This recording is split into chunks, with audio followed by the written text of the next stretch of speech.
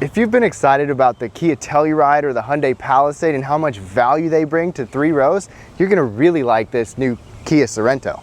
This is truly Kia's new normal. This is really nice inside, offers a lot of features, and it's a really good use of space on the inside with 3 rows in a more compact size and a lower price than the Telluride or Palisade.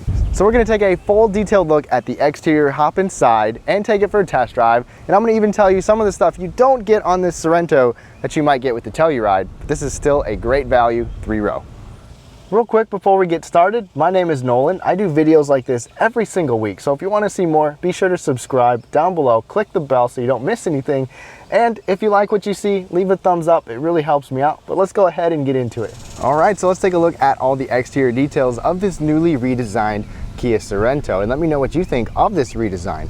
Now with the trim levels, you're going to start with the base LX, the S, EX, SX, SX Prestige, and then the X-Line package with the SX Prestige, which we have right here. Now quickly looking up front, I definitely like this front end more than the previous one. You've still got Kia's signature dog bone grille, that unique shape to it. And these are LED projectors, but you will get LED reflectors on everything except the SX models. So you've got LED headlights on every trim, and I'll talk about those in just a second. Then you've got the daytime running light underneath of the headlight. We have LED fog lights on the EX trim level and higher. And then over here you can see the daytime running light shares that blinker. So I think it looks nice. And at night, these headlights, they look really good. They're distinctive. The top projectors get the best possible rating, but the lower reflector models get the worst possible rating. And I've got a full night video showing all of this off. If you want to check that out, look in the description below. Okay, now I've got to say I really like this paint color. This is called Aruba Green, and this is only with this X-Line package on the SX Prestige. It is metallic-y, it looks good at night, it looks good with the sun shining on it, especially with all these different darker accents on this model. Now wheel sizes will range from 17 to 20 inches depending on the trim level, but since we have the top of the line with the X-Line package, we've got these 20-inch dark hyper silver wheels only on the X-Line. Kia also gives you a little X-Line badge right there. Then you actually get gloss black mirror caps with turn signals in them. They're all going to be gloss black except the base. We also got blind spot monitoring in those as well. And every model is going to give you the turn signals, so that's good to see. From the side profile, I think this Sorento looks good. It's more muscular than the previous generation. And check out this roof rack. It's a bridge style roof rack that comes with this X-Line model to give you a little bit more clearance up top.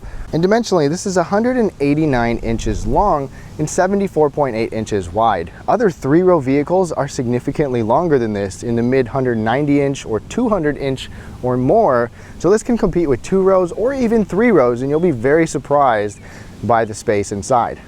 And ground clearance will start at 6.9 inches, but it's 8.2 inches with this X-Line model, which is a respectable number, and it's got better approach and departure angles than other Sorento trim levels. Now coming to the back, you're going to get LED taillights back here on the SX and Prestige. You've got the brake light and blinker are both LED, and I'm kind of surprised that they went with this type of blinker instead of the amber color. At least it's not separate down below. But I like Sorento written across the back. They definitely made a statement with this. And then you've got this nice trim piece at the bottom. Now check this out. You've seen this on other Hyundai and Kia vehicles, but on the EX trim level and up, if you stand back here with the key fob for a few seconds, this lift gate will automatically lift. So you don't have to swipe your foot, you don't have to wave your hand, you don't have to do anything except stand here, which could be really convenient. Now, if you don't want that to happen, you can turn that off with the setting up front and you can just make it a regular power lift gate. But when you're done, push the button and you're good to go. Okay, let's look behind the 3rd row. So this is where you're gonna sacrifice the most because the exterior dimensions of the vehicle don't really make it that friendly of a 3-row vehicle. But hey, you've still got space behind the 3rd row. There's enough to fit a backpack, stand up a carry-on suitcase. You can even fold these seats down. So check it out. Even if the headrest is up, it will automatically fold. There we go. It's 3rd time's a charm. But check it out. It's nice that you can have somebody sitting there, fold this side down, and be able to throw a pretty good amount of stuff right there. So you can still fit people in the 2nd row, 3rd row. The folding seat is really nice. Now let's fold this one out of the way. You just pull the strap, go like that, and then you just pull the strap to bring it back up. You've got a really nice flat load floor here. You get about 45 cubic feet behind there, which is okay space, pretty good space actually. And check it out over here.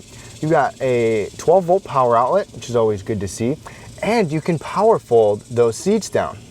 So watch this. I'm gonna push that button, and boom. You don't see that in hardly anything that's not a luxury vehicle or many other vehicles in general. So you don't have to go up there to fold that down. You can do everything from here. You will have to go up there to fold it up if you want to though. But for practicality's sakes, check this out. Under here, under this little cargo mat, we have, whoops, a lift up floor. So check it out, double level. You've got extra storage, you've got your jack kit, because you do get a spare tire that is actually under the back of the vehicle. Also, on each side, you get a little hook. This is great for grocery bags or even a cargo net, and you've got a tie down on each side as well. There's also an LED light right up overhead, and if you're not having the third row up, even if you want to charge stuff back here, you've got a USB port on each side. But with everything folded down, you've got pretty good space. Definitely not quite as much as like the Telluride, for example, but really good enough space to do a lot of things back here and fit a lot of items. And this cargo area is definitely big enough and flat enough to be able to lounge out and lay back here or camp in here or just fit some big stuff back here, especially if you get the bench seat. All right, so check this out. Here is Kia's key fob, similar to some of the other new models with everything on the side here. The smart key with push button start and remote start is on everything except the base. So their smart key system doesn't have a sensor in the back. Everything goes off of this button. So you press that to unlock it, or you press it to lock it, and you've got power folding mirrors on this top Prestige model. Okay, as you hop into the front seats, one thing you're not going to find in the Sorento that you'll get in the Telluride is an easy entry-exit system with memory setting, where the seat can automatically move forward or backwards to make it easier for you to get in, but thanks to the ride height of the Sorento, it's still an easy ingress and egress. Now with the seat materials, the base LX is going to be the one that gives you manual controls and just your basic cloth seats. Most of the rest of the trims are going to give you 10-way power adjustable seats with lumbar support, and they're going to be synthetic leather. But let me show you these really nice Prestige model seats. Okay, so let's check out the seats on this top end model. We've got the rust leather, or the rust color leather, which is on just this Prestige X line. It's 3D, and what they mean by that is you kind of have like this dimensional pattern on the seat in different areas.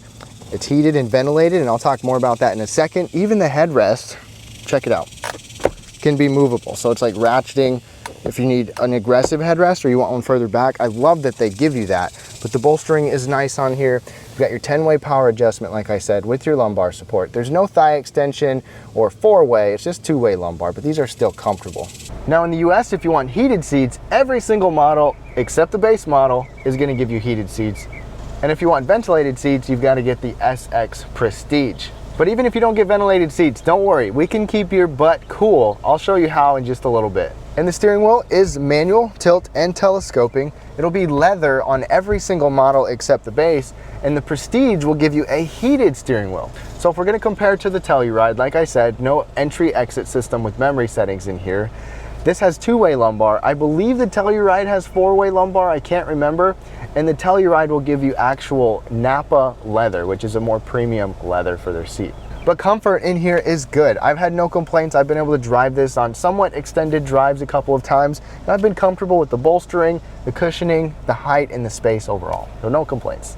Okay, let's take a look at the second row. First of all, over here on the door, I like this big cup holder. Sometimes you don't get a cup holder up here, but you got one here. You've got a bottle holder down there and a really nice large grab handle. I could even fit my daughter's like little baby water bottle in here, so that is really wide too. Then you even get soft materials up top with the same kind of trim that you see in the front. Now those of you with kids, car seat, so that is about even with where I normally sit, and you can fit a car seat back here pretty easily. It's got the hooks down there, the fixators, and it's pretty easy to get that in here and fit it without any troubles. Now one complaint, as you can see, we have captain's chairs. Now I like captain's chairs, but this is the only option for the upper trim levels. You cannot get a bench seat on the upper trim levels. And with the lower trim levels, you get a bench seat and no option for captain's chairs. So if you want a certain trim level, you better be okay with captain's chairs or bench seat. Now sitting behind myself at 5'9", I've got really good leg space, foot space, my knee room is good. It's got these pockets here. Check it out. You've also got air conditioning vents right here, moved towards you.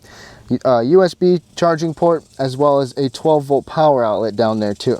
Now, we don't have specific climate controls for the rear seat. You just get these vents. I believe the Telluride gives you actual automatic climate control. You don't get that here. And these seats can also scooch forward. So if I go all the way up in an emergency, I can sit here. My knees are about touching, but I can still sit here. Headroom is also really good, even when we have this panoramic roof, which I'll show you in a little bit. And I can recline a long way, so you can get pretty darn comfortable in this second row. There's no center console with this captain's chairs. You could totally buy something if you want to, but I'm a little surprised by that. But check this out. Just like the Telluride, you've got USB ports built into the seats, both the driver and passenger side. So check that out.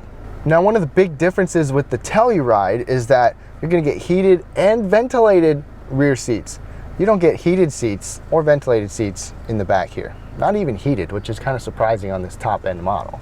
One more thing is most time you'll get a sunshade, a built-in sunshade, but we don't have that in this Sorento, even on the top model. Now let's climb into the third row, and Kia gives you this one button option. So check it out. Press that, boom, and you're good to go. Get out. The button's up there, or there's a button down there if you've got a kid that wants to be able to squeeze in back here. And of course, with the captain's chairs, you can just go ahead and slide into the middle, but this gives you room to get to the 2 seats in the third row. Now, just sitting back here, I can already tell you this is definitely a mother-in-law third row, or an emergency use third row, or little kid third row. I can't sit up tall at all, but let me show you my legs. All right, this is with that seat all the way forward, where I could still sit there at 5'9" and be able to barely fit my legs. But I actually have decent knee space and leg space, so if somebody's not as tall, they can definitely fit here. But if the seat is all the way back, I definitely can't fit behind that. But at least you have this like middle area, you can fit your legs, but if you get a bench seat, you can fit 3 up there and then 2 back here. There is a USB port on each side and cup holders and a little storage bin. The only thing is that there's no direct air conditioning vents for the third row. You have to rely on the second row vents. So compared to the Telluride, not as much space in the third row, less headroom in the third row, and then no vents for the third row. All right, now we're inside. Let's go ahead and start it up. Push button start right there. Nice digital display and another big digital display here. So one thing to note with this X line on this SX Prestige is you've got simulated wood. It's a matte wood inlay. So it's not real wood, it is simulated, but it does look nice. It's not the glossy, shiny stuff. It's matte, and it just looks pretty good. The Telluride actually gives you real wood, but not a big deal. Now on the door, I really like this grab handle. This is nice and large, doesn't feel too flimsy. Soft material up here, soft material down here, that same rust color, and then a padded armrest with a really large grab handle. Could even, fit some stuff in there if you want to. Then every window is the automatic one touch, and then you've got a pretty small area down here. Now just for reference, I use my water bottle like all the time, and the bottom doesn't fit in there unless I wedge it, and then it just squirted the camera. Just to the inside, you've got your lane keeping system, traction control, your interior brightness control. And remember when I talked about the butt sweat, when I was talking about the seats, if you don't get ventilated seats, you've got a 2-tiered vent over here. So this one kind of points at your butt or at your hips and your torso. So you've got that one. Plus, check this out, you and the passenger get a 2-tiered system over here. So this literally can be aimed like right at your butt. So you can literally have cold air blowing at your legs the whole time if you want to, or you can turn it away. I wish you could like close this one, but it just stays open all the time. So either it's going to be blowing air right down here, or it's going to be blowing at you. I wish you could close it, but in the summer, this is actually really nice because it does cool off your legs and your butt a little bit. Now, Kia's steering wheel is comfortable to hold on to. It's got a little bit of padding to it. It's got some sport grips up here. It's got a little bit of an opening in the middle. Not a huge fan of this shiny black plastic here, but you've got all the necessary controls. And I like these little toggle switches too. And we actually get paddle shifters right here. So you got paddle shifters on both sides. And then right up in front of us, you've got this digital display. This digital display is only on the Prestige, otherwise you'll get a 4.2-inch display. But you can change the way that it looks. You can see driver assist features, a compass, and then several different pieces of information like trip computer, tire pressure, where which wheels have power, etc. So lots of good information on here. And check it out. If you change drive modes, you can change the actual gauges. So you can change those on the main screen too, if you want to decide which one they stay as. But I have it set to change depending on which drive mode we're in. And then one thing the Telluride will give you that this doesn't is a head-up display. There's no head-up display available on this Kia Sorento. But check it out, you've got a large display over here, and as you can see, we've got Apple CarPlay and Android Auto. These are not physical buttons on the sides, but they are touch-sensitive buttons. So you've got those on both sides, you've got volume knob and tuning knob, and this screen is pretty easy to use. If I go back to the home button, it's fairly responsive, don't have a lot of problems with it. There's a couple cool features right here. So passenger talk, you press that button and then the microphone will pick up your voice and relay it through the rear speakers so you don't have to turn around and yell. Or you can do quiet mode so that when you push quiet mode, when you turn it on, it's going to turn the volume down automatically and only play it through the front speakers. So if you've got kids in the back, sleeping, napping, whatever, you're set to go with that. So that's actually a nice feature. And then Apple CarPlay or Android Auto works well on here too. And then if you want, so for example, I'm just going to get out of this screen. If you want to have a shortcut, you can customize what that star goes to. I have it to go to Apple CarPlay. Here's the kicker. This larger screen is only on the SX models. It's going to be an 8-inch screen standard on the lower trims, which you still get Apple CarPlay and Android Auto, but it's actually wireless Apple CarPlay and Android Auto. You don't get wireless Apple CarPlay Android Auto on this big screen, which is kind of a bummer. But check it out. There's a couple parts here. If I flip into reverse, we've got this surround vision camera, which the Telluride has too. This is only on this top Prestige model.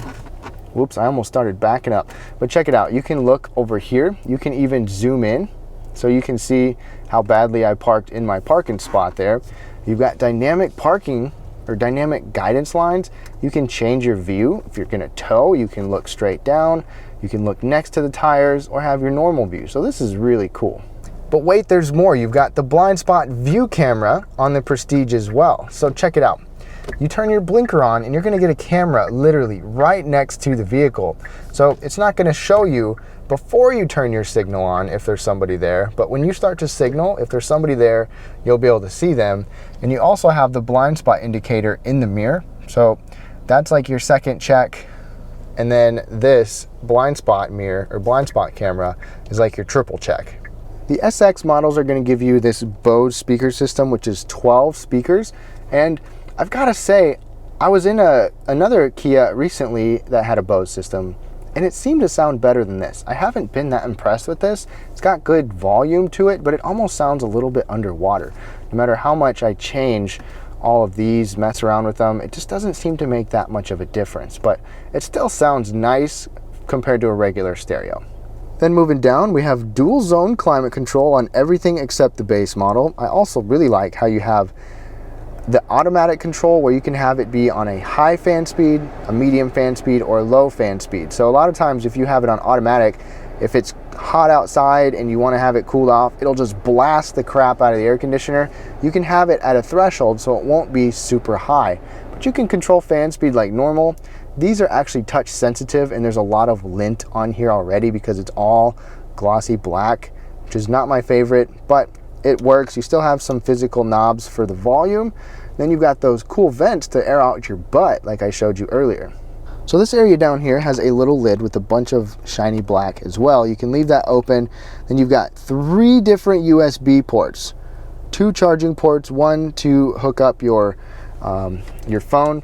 Then you've got a wireless charging pad down here too. So check it out. You've got a rubberized storage bin, and then this is a wireless charging pad, which is great. It's wireless on the EX and higher. So if you want a wireless phone charger with wireless Apple CarPlay, the EX is your choice. Coming back, we've got a pretty traditional shifter, and then here are the drive modes like I kind of went through in the gauge cluster. Then you can lock your all-wheel drive right there, so you've got equal power split throughout. Heated steering wheel button on the left. You got automatic brake hold, parking brake, even a little downhill descent to help you down steep grades. Nobody's probably gonna ever use that in here. We've got front and rear parking sensors. Here's the button to access your camera, and then your auto stop start right there. And then the cup holders are good size. They're kind of squared off. They fit well. I've had large drinks, small drinks. There is another little storage bin right here, which is good to see. And then this armrest is good size. It's wide enough. It doesn't adjust forward or adjust up. It's fixed, but it seems to be okay. And then there's no charging ports or anything in here. You've got a little tray that is removable, and then a decent size area below. There's more of that simulated wood going across, and it does look nice for the most part. And then we've got a lockable glove box here. We also get an automatic dimming rearview mirror on the Prestige model only. One thing that surprised me though is there are not any garage controls, but check it out. You've got touch sensitive LED lights up here, which are pretty bright. Over here, you've got this visor that will pull out, and then you can move the entire visor, so that's always good to see. And then one more thing, we've got this panoramic roof. This is optional on the S and EX trim levels, so lower trims. And then it's standard on the upper trims, and it's pretty large. This whole front pane will open up, and then you've got all that open up for the second row. Now let's take a quick look at visibility. Front pillars are pretty skinny. Good visibility out that second window. The third window actually does help a little bit, and it's pretty traditional going out the back, so a little bit better than some other 3 rows. Now under the hood, moving this 2021 Sorento, you're gonna get 3 different powertrain options. It's always good to see multiple options. The base LX and S model will come standard with a naturally aspirated 2.5 liter 4-cylinder. It's gonna give you 191 horsepower, which really isn't much. There's not a lot of torque and power for a vehicle this size, but you can get up to 29 miles per gallon. And then the rest of them are going to come with this model, which is a turbocharged 2.5 liter 4-cylinder engine. It's going to give you 281 horsepower and 311 pound-feet of torque, which is a lot, paired with an 8-speed dual clutch automatic transmission. So it should be a quick shifting transmission, and we'll talk about that in the test drive. Front-wheel drive models will give you 25 miles per gallon combined. All-wheel drive gives you 24 miles per gallon combined, so you really don't lose much compared to the base engine in terms of efficiency, about 1 mile per gallon combined, so not a bad trade-off. Now the third option is a hybrid. You can get a turbocharged hybrid that's going to give you 258 pound-feet of torque, which isn't too bad, and then you're going to get 37 miles per gallon combined. That's serious. But here's the thing, compared to the Telluride, if you're curious about that, this is going to give you several miles per gallon more of efficiency. The Telluride's not that great of efficiency, it is a bigger vehicle, but this also gives you a lot of torque with its turbocharged engine. And towing with this turbo is 3,500 pounds, which is a little bit less than the Telluride. All right, y'all, we are now behind the wheel of the Kia Sorento, and I'm gonna give you this point of view drive so you get an idea of what it's like to be the one behind the wheel driving the Sorento. We're gonna talk about ride comfort, the handling, day-to-day driving, what it's like, the noise, all of that. So talk about how this turbocharged engine feels as well. And I've got to say, it actually feels pretty punchy. It's really responsive. This has an 8-speed dual clutch transmission, so it's an automatic transmission, but it's going to be a little quicker shifting than most regular traditional automatics. So we're in comfort mode to start with, and let's go ahead and pedal down.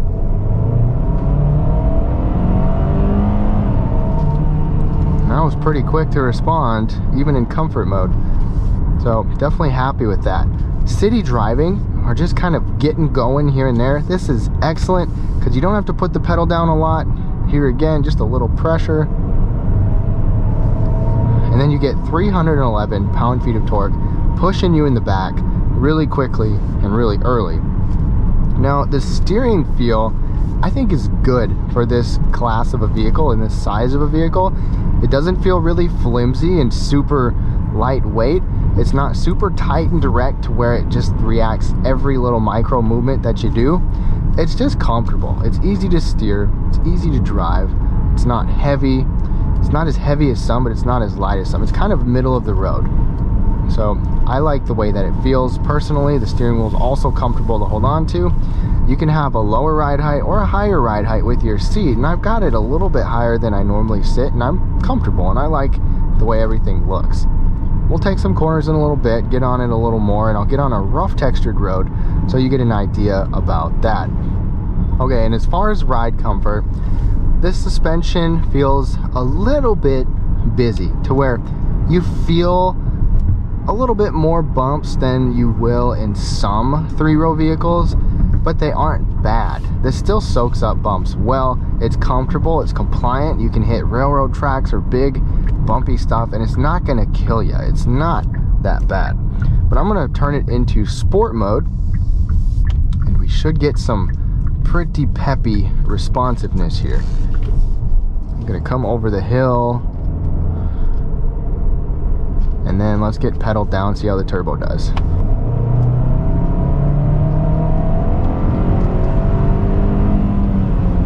And watch, even when I brake, it's gonna hold the RPMs pretty well. It's holding the RPMs really high. So if you put it in sport mode, you wanna merge onto interstate or something or pass somebody, you can do that. The handling is good enough. It's actually flatter than I would expect. This is a better handler than the Telluride. It's a little bit smaller, it feels a little bit more taut, and it's really peppy. It's not fast by any means, but it's peppy. And it'll get you going quickly. And that cannot be said for the lower trims with the non-turbo, smaller 4-cylinder engine. So depends if that's a priority for you. But this has a whole suite of driver assist features. It's just crazy on multiple trim levels too. I've made a demonstration video on this, but check this out. It's really advanced. It's not gonna be like complete automated driving, but it'll keep you centered in your lane. If you start to veer off a little bit one way or the other, it's gonna pull you back really well. The adaptive cruise control does a nice job. You've got blind spot indicators, automatic braking, tons of features on here. And I've got a demonstration with the Telluride if you want to check that video in the description below. But lots to like in that regard. Now in terms of a day-to-day driver, practicality wise, visibility is good, handling is good, comfort is good as well. It's just good on a lot of different fronts and everything's easy to reach. Controls or storage, controls, visibility of that is good, visibility of this is good. Comfortable with the armrests, the materials in here, and we'll talk about road noise in just a second on a rough textured road. Before we do that, coming to a stop, I have gotten on these brakes a couple times to try to push it a little bit, and they do well. It doesn't feel like a super big heavy vehicle or anything like that, but check it out. Just sitting here, even with nobody in my blind spot, the blind spot camera comes on, which is nice. Let's get on a rougher textured road.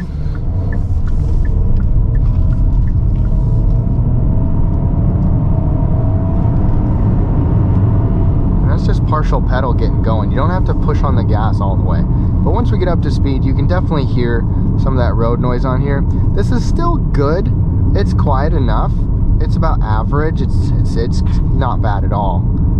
But you can still get some wind noise coming in here. These are not laminated glass windows right here on the side like the Telluride is, and the road noise is going to be higher than the Telluride as well. The Telluride is a nice quiet cabin, so that's one trade-off with that versus this. Some people might want this turbocharged engine on the Telluride, but you can't get it, and you can't get that V6 from the Telluride on here. So they drive different, and this is actually really punchy and peppy and very good for this size of a vehicle when you get the turbo. But let's go ahead and wrap things up on this Sorento. So to wrap things up on this 2021 Kia Sorento, this is a serious bang for buck vehicle, whether you're looking for a 2-row or a 3-row. Now granted, the 3-row's not as big as some, but still, you have the versatility, you have all the features that this comes with, and it's just a lot nicer than the last generation. Now going back to the Telluride, would you go for the Telluride where you get more space, more power, and more features, and a little bit nicer of a vehicle, or would you go for this Sorento and save some money? I'd love to hear your thoughts. Leave your comments down below and let me know what you think of this new Sorento. Do you like Kia's new normal of bringing out competitive, good value vehicles like this? Let me know down below. Subscribe for more videos like this. Thank you so much for watching. I really appreciate it. Hope you have a great day.